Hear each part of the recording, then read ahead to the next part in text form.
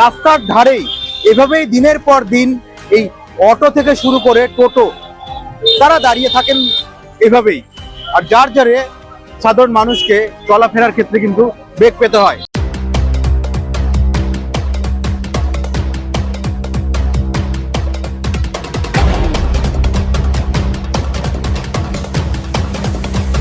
বিশেষ করে এই যে টোটোগুলো যাতায়াত করে, সত্যি এটার জন্য আমাদের খুব অসুবিধা।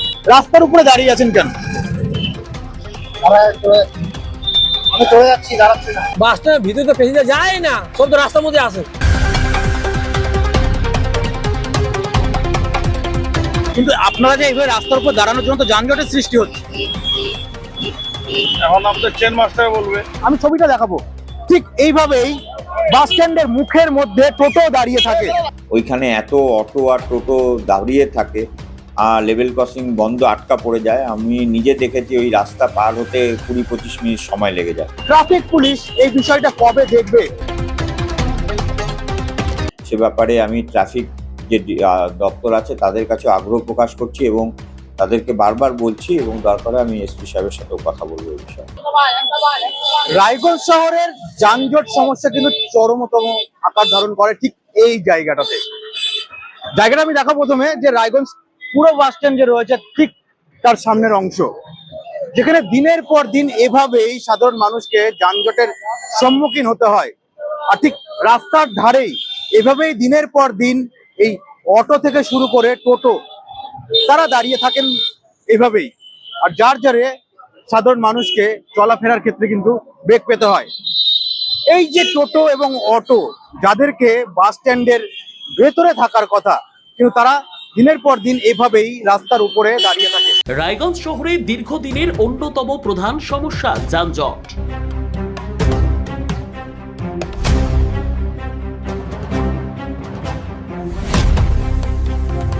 প্রতিদিন সকাল থেকে রাত পর্যন্ত শহরের বিভিন্ন গুরুত্বপূর্ণ মোড়ে যানবাহনের চাপ বাড়লেও সবচেয়ে ভোগান্তির চিত্র দেখা যায় পৌর বাস স্ট্যান্ডের সামনে।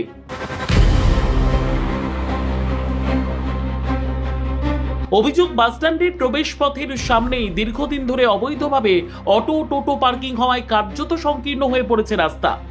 তার জেরেই নিত্যদিন তৈরি হচ্ছে তীব্র যানজট, বাড়ছে দুর্ঘটনার আশঙ্কা। দুর্ভোগে পড়তে হচ্ছে সাধারণ মানুষকে।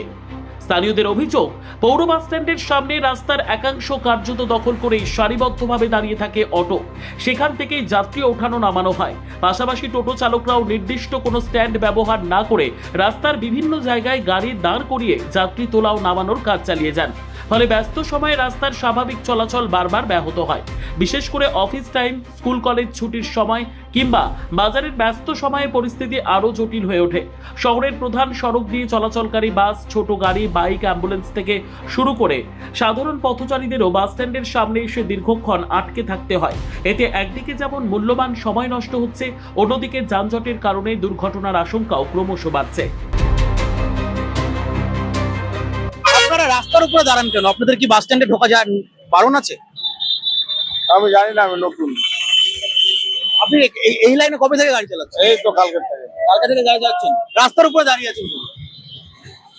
পার্কিং নাই, আপনাদের ভেতরে ঢুকতে দেয় না? ভেতরে ঢুকলে পার্কিং নেই। কিন্তু আপনারা যে এইভাবে রাস্তার উপর দাঁড়ানোর জন্য তো যানজটের সৃষ্টি হচ্ছে। এখন আমাদের চেন মাস্টার বলবে। একেবারে এইভাবেই রাস্তার ওপরে টোটোরা দাঁড়িয়ে থাকে, অটোরা দাঁড়িয়ে থাকে। আমি আরো বেশ কয়েকজনের সাথে একটু কথা বলবো, যারা রাস্তার উপরে দিনের পর দিন এভাবেই দাঁড়িয়ে থাকে। রাস্তার উপরে দাঁড়িয়ে আছেন কেন? আমি চলে যাচ্ছি, দাঁড়াচ্ছি না। এতক্ষণ তো দাঁড়িয়েছি, তারপরে তো আসলাম গাড়িটা নিয়ে। গাড়িটা নিয়ে আসলাম। আপনাদের কি বাস স্ট্যান্ডের ভেতরে ঢুকতে দেয় না? যারা যারা ছিল তাদেরকে জিজ্ঞাসা করো না। তাদেরকে জিজ্ঞেস করতে হবে। যারা দাঁড়া আছে, আপনি দাঁড়াননি? আমি তো আসতেছি, যাচ্ছি তো বাইরে। আমি আরো বেশ কয়েকজন যারা অটো ড্রাইভাররা রয়েছেন, যাদের বাস স্ট্যান্ডের ভেতরে ঢোকার কথা, তারা কিন্তু এভাবেই এই যে রাস্তার সারিবদ্ধভাবে এইভাবে দাঁড়িয়ে থাকেন। বলছি দাদা, আপনাদের কি বাস স্ট্যান্ডের ভেতরে ঢুকতে দেয় না? হ্যাঁ, আপনারা বাস স্ট্যান্ডের ভেতরে কি আপনারা ঢুকতে দেয় না? না, বাসের ভেতরে আমরা থাকি তো। তাহলে রাস্তার উপরে দাঁড়িয়ে থাকেন। এখনই আসলাম তো, ওই জন্যই এখানে লাগালাম না। আপনাকে তো দেখা যায় দীর্ঘক্ষণ আপনি এখানে দাঁড়িয়ে রয়েছেন। না না, এখনই তো আসলাম আমি, ওদিক দিয়ে ঘুরে এখানে আসলাম। এইখানে কেন দাঁড়াচ্ছেন? বাস স্ট্যান্ডের ভেতরে কেন দাঁড়াচ্ছেন না? বাস স্ট্যান্ডের ভেতর থেকে কেন প্যাসেঞ্জার? বাস স্ট্যান্ডের ভিতরে তো প্যাসেঞ্জার যায় না, সব তো রাস্তার মধ্যে আসে। মানে প্যাসেঞ্জার এখানে দাঁড়ায় দেখে আপনারা দাঁড়ান? হ্যাঁ। আপনাদেরকে এখানে দাঁড়ানোর জন্য কি টাকা দিতে হয় কাউকে? না না না কাউকে টাকা দিতে হয় না না? তার জন্য কি আপনারা ভেতরে ঢোকেন না? না না না না টাকা তো কাউকে দিতে হয় না। আমরা মানে এখান থেকে আসি, বাস স্ট্যান্ডে ঢুকি, বাস স্ট্যান্ড ঢুকার পর দেখা পাই কি আর প্যাসেঞ্জার যাচ্ছে না ওদিকে, তার জন্য এখানে লাগাই, এখানে প্যাসেঞ্জার পাই। বাস স্ট্যান্ড আমার প্যাসেঞ্জারই যাচ্ছে না, কি করবো? বাস স্ট্যান্ডের ভেতরে ঢুকতে গেলে টাকা দিতে হবে এমনই কিন্তু দাবি করছেন যারা অটো চালক যারা রয়েছেন তারা। এমন আমি ছবিটা দেখাবো, ঠিক এইভাবেই বাস স্ট্যান্ডের মুখের মধ্যে টোটো দাঁড়িয়ে থাকে, যার জন্য সাধারণ মানুষকে চলাচলের ক্ষেত্রে কিন্তু সমস্যার সম্মুখীন হতে হয়। এই সমস্যা একদিনের সমস্যা নয়, এই সমস্যা দীর্ঘদিনের সমস্যা।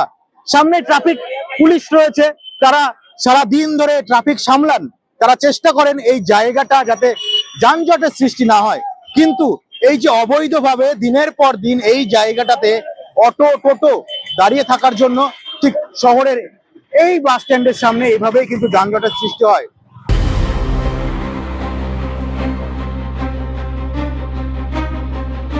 স্থানীয় বাসিন্দাদের দাবি, নিয়ম ভেঙেই প্রতিদিন রাস্তার উপর অটো ও টোটো দাঁড় করানো হচ্ছে।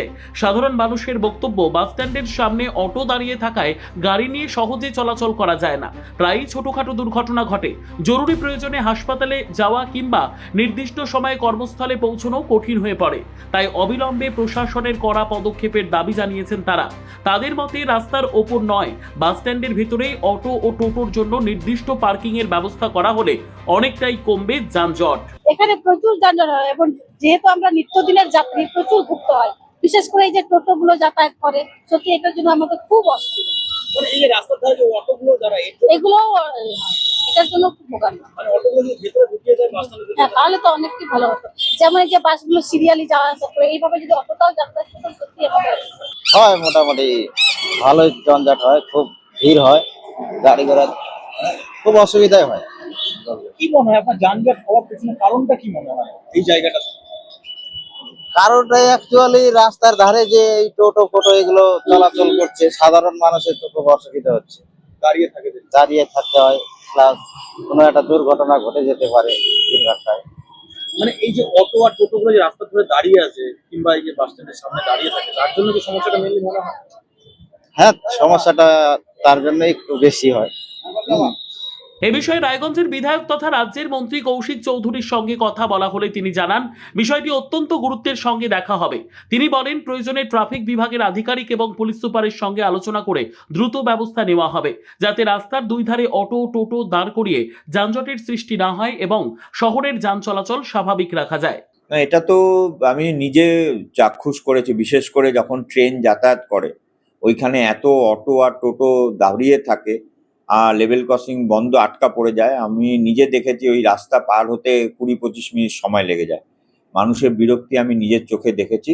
এটা দ্রুত সমাধান হবে। আমি এখানে ট্রাফিক যে ব্যবস্থা আছে সে অফিসার যিনি আছেন তার সাথে এবং মাননীয় এসপি সাহেবের সাথে আমি কথা বলবো যে ওইখানে যে অটোগুলো দাঁড়িয়ে থাকে সেগুলোকে ভেতরে ঢুকিয়ে দিতে হবে এবং কোনো টোটো যেন ওখানে দাঁড়িয়ে না থাকে, স্মুথ যাতে চলাফেরা করে, টোটো স্ট্যান্ড যেন ওটা তৈরি হয়ে না যায়, সে ব্যাপারে আমি ট্রাফিক যে দপ্তর আছে তাদের কাছে আগ্রহ প্রকাশ করছি এবং তাদেরকে বারবার বলছি এবং দরকারে আমি এসপি সাহেবের সাথেও কথা বলবো এই বিষয়ে। ট্রাফিক পুলিশ এই বিষয়টা কবে দেখবে, কবে এই যে রাস্তার ওপরে যেসব অটো দাঁড়িয়ে থাকে তাদেরকে একটি জায়গা বাস স্ট্যান্ডের ভেতরে করে দেবে কিংবা তাদেরকে বাস স্ট্যান্ডে ঢোকানোর ব্যবস্থা করবে, সেটাই কিন্তু দেখার। যদিও বিধায়ক তিনি যেটা বলছেন যে তিনি এই বিষয়ে পদক্ষেপ নেবেন এবং দ্রুততার সাথে তিনি এই বিষয়টি ট্রাফিককে দেখতেও বলবেন। এখন দেখার সাধারণ মানুষের সমস্যার কথা ভেবে পুলিশ প্রশাসন এমনকি জনপ্রতিনিধিরা কবে পদক্ষেপ নেয়। রায়গঞ্জ থেকে সুমন রায়, RCTV সংবাদ।